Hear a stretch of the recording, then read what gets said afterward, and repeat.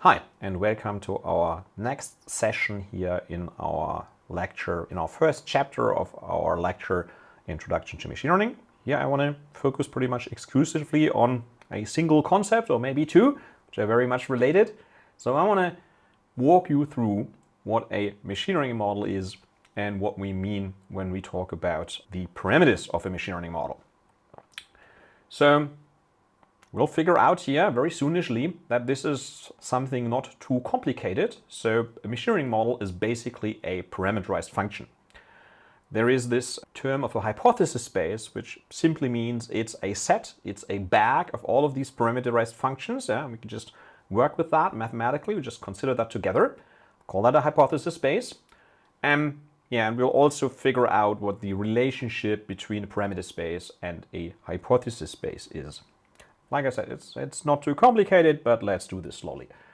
So mathematically, what I mean by model, and I guess I'm rather going to say model than hypotheses, because hypotheses has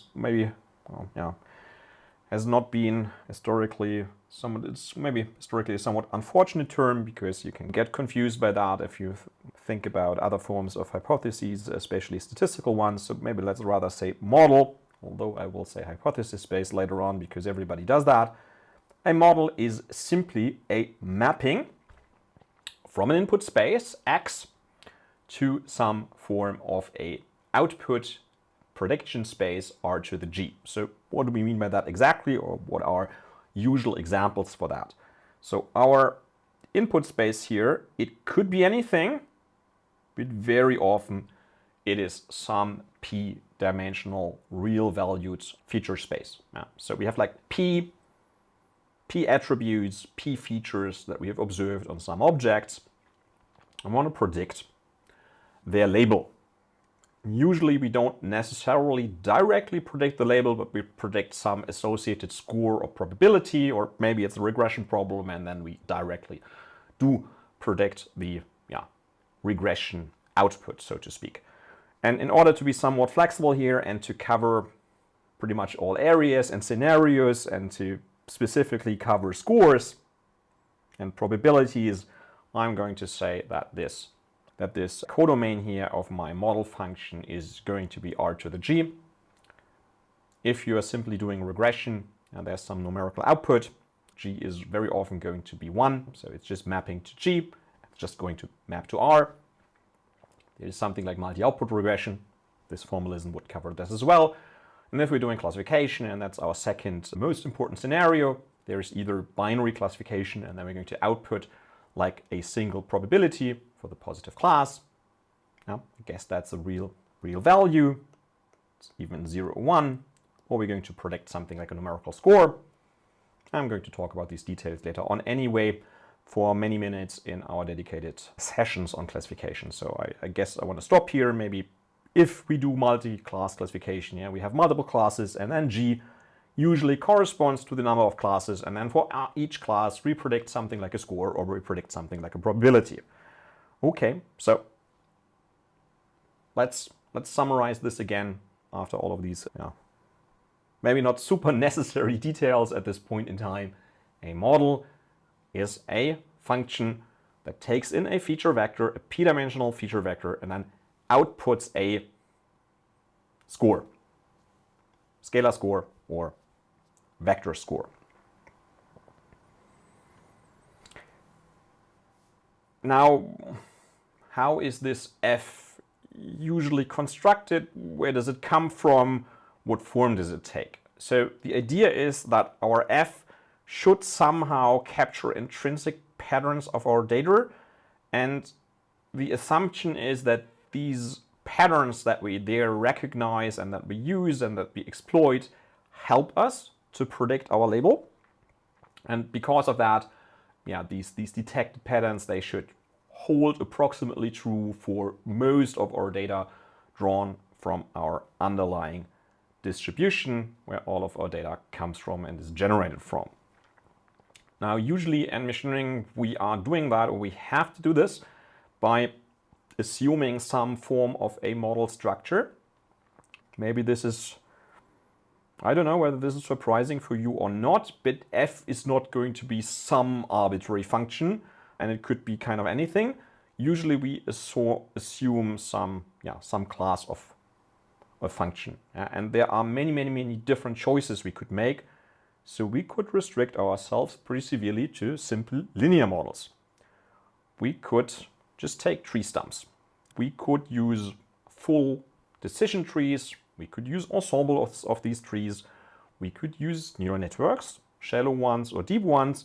But yeah, there are many different choices, and we usually have to make some choice a priori. We somehow have to constrain ourselves to a certain type of function, to a certain class of function, in order to enable automatic learning, in order to make learning efficient. And what this exactly means, we'll study now for many hours, for many sessions in this lecture here. But you should already here take a note that machine learning is not like a magic bullet where you can just learn any function on any amount of data without any assumption and without any functional choice you're making. Okay. Later on, we'll also learn how to make an educated choice, maybe even an automatic one from these different functional classes. But all of these things, they don't come for free. They all come with certain assumptions, certain requirements, usually in the form of having maybe more data, or having to use more complicated procedures or algorithms. The next thing we want to do is we now want to just give a label, give a term to, hey, let's put all of these functions of a certain family, of a certain form together into one set. And I will simply call that set from now on a hypothesis space. So as I've said, we need a certain restriction, a certain constraint on these functions we want to learn from. There are certain theoretical results that tell us that learning without such constraints, with learning without such restrictions, automatic learning is pretty much impossible. So maybe don't let people tell you. Sometimes there's a saying, okay, machine learning is pretty much learning without assumptions. That's pretty much nonsense and garbage. You have to make certain assumptions. I don't want to go into technical and mathematical details here now. But what I'm saying is indeed correct. Maybe you want to look up things like, I don't know, the no free lunch theorem, I guess one of the most misunderstood theorems in all of machine learning. Or later on, you want to look at, sessions where we explain to you that there is a very concrete mathematical equivalence between things like maximum likelihood estimation and empirical risk minimization in machine learning. So I guess if one is based on certain assumptions, the other has to be as well. Anyhow, I'm already getting into things that I don't want to talk too much about here. What I want to do here is just pin down a little bit of basic terminology. So hypothesis space is a certain family of functions that we later on want to learn over. Want to pick out an optimal model, so to speak, that matches our training data best and that helps us or enables us in the best manner to predict data from our underlying distribution. You could also call this hypothesis space something like a structural prior, because depending on the functions you put into the hypothesis space, you're already kind of making a certain choice. And if you now put on, your Bayesian hat, if you go into kind of a Bayesian perspective, you might say, I'm putting a prior on my learning problem through that choice of an hypothesis space, and actually say that that is not the worst kind of perspective. Now, in order to work with these functions, usually we construct them simply as a parameterized family of functions. This might sound complicated, but it really isn't. It just says that there are some parameters. These parameters I will denote by theta. Usually I will say there are d of these. They come from some parameter space, capital theta, okay, yada, yada, yada. The most important point is these parameters simply define how my exact candidate function looks like. It's a space of functions. There are different functions in there. And the parameters, well, they configure my function, so to speak. Yeah? They are our means of fixing a specific function from the family. And through the parameters, our function is now fully determined, and they give us all of the flexibility to choose different functions from the space. Some examples will follow in a few seconds. So I guess I could write my hypothesis space also like that. F theta belongs to a certain functional family, parameterized by theta. Okay. Yeah, not super difficult. Now, finding an optimal model, we want to operationalize that as finding the optimal parameters of that model. Because this, as we will very quickly see, will allow us to operationalize what we mean by learning. We will simply reduce that to numerical parameter optimization over this hypothesis space. And we'll walk through our parameter space from bad models to better ones, hopefully to the optimal model from our parameter space. So the idea is to associate, I guess my pen tool is not working anymore for this session, to associate different parameter vectors here with different elements from our hypothesis space. And our parameter vector theta might be scalar, which it usually isn't. It could be just be a single parameter. I guess this would be quite an artificial example. Usually it is, of some dimensional size. It could actually be very high dimensional. I don't know, for neural networks, it might contain, 10,000 or even 1,000,000 of different parameters. Yeah? And this dimensionality of our parameter vector, it might even be there's some evidence that this is not the best definition of complexity of a model, but I guess it's at least some indication of whether we are working with simpler or more complex models. Although what I'm saying is mathematically not exactly correct, but I don't want to go into this discussion now. So maybe one short comment here. So for some parameter vectors, for some model classes, the parameter model mapping might not be injective. So what I mean by that is that, well, if you go from right to left, so if you go from, from any theta k parameter vector to a model, of course that direction is, so to speak, unique. So of course every parameter vector has to identify a model, but unfortunately for some model classes, multiple parameter vectors might be associated with the same function. This is something that we could call a non-identifiable model, and this might get us into trouble if we want to do inference on parameters and so on. This is more or less a concern for inference, for statistical analysis of such models. I don't want to say that this is not important, but I'm not going to focus on this here. This should not concern us for now. But it can be important. It can be an important problem if you want to do inference on models later on. Let's rather look at some simple examples here. So here we could, for example, look at simple linear functions. So I have simply picked a two-dimensional input space. Actually, I'm wrong. It's a one-dimensional input space. So we just have one x, but our parameter space is two-dimensional. So we have a theta 0, and this theta 0 is what we would call an intercept, some constant shift of a function. And then there's a theta 1, and that's the slope. And I guess you have all studied straight line equations, straight line formulas in school. You can see different variations here on this slide here with, some positive slope, some zero slope, some negative slope, different kinds of shifts, intercepts.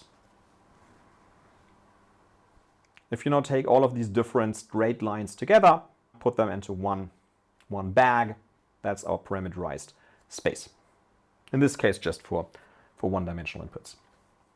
Or we could look at a bivariate input. So with that, I mean I have now an x1 and an x2 as features. And I could look at the space of all quadratic functions. Now there are, let me count, 6 parameters. So one intercept, one, what we would call, two linear effects, so to speak. One for x1, one for x2, two quadratic effects controlled by theta 3 and theta 4, and then one interaction effect, theta 5. And again, you can now write down any quadratic function like that from this space. Now, you could model these planes here kind of as a subspace of this hypothesis space. You can model these bowl-shaped functions or even things with saddle points and so on. I guess you understand the idea. And I wanted to bring in one more complicated example, which you might not have seen before, I don't know, in school or in lectures before. So here's what we would call a radial basis function network with so-called Gaussian basis functions. So how does this look like? So we have a sum here over our basis functions. These basis functions I have called rho here, and they have some control weights in front of them. So these AI terms. I don't know, I'm not referring to, no pun intended, not referring to artificial intelligence here. So these A terms are simply the weights of these basis functions. We'll see some pictures later in a few seconds. And then there are these C terms, these CIs, and these are centers of our basis function. So the idea is that these basis functions are bumps. They are located at a certain point in input space, and then they have some weight in front of them associated with them. And so we sum them up and construct more complex functions from these bumps. And traditionally, you could write these models as some variant of a neural network, and this is why this is called radial basis function. So radial basis function for bump function, network for neural network. Really don't want to go into this here. I don't know. It's a nice way of visualizing these things. And I guess I have to explain the terminology anyhow, but I don't want to, this should not concern us here too much. What I maybe want to spend a few seconds on is, I don't know, these different kinds of parameters here.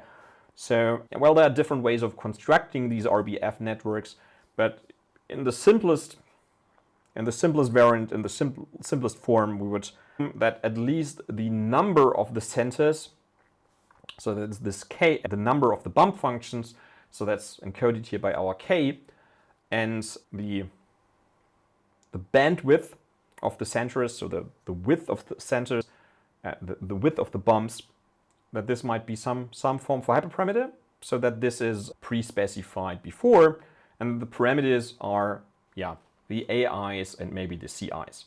But I don't want to discuss how to learn how to automatically train these RBF networks here anyhow. What I just want to show you is a more complicated example of a parameterized function space. So let's take a look at this here. So if we would consider our A and C terms to be the parameters of this functional space, you can see here different visualizations with different center locations and different weights. You can see how we can construct all of these different bumps now. If you use many of these, you can actually construct a very, very rich class of different functions. You can approximate a lot of different scenarios, and models very similar like that are pretty much the backbone, I would say, of things like non-parametric statistics, non-parametric modeling. Many machine learning models actually look similar, not all of them, but many, many powerful non-parametric models either look like that or can be regarded like that. And I do want to stop here. I hope you learned something in this session. See you in the next one.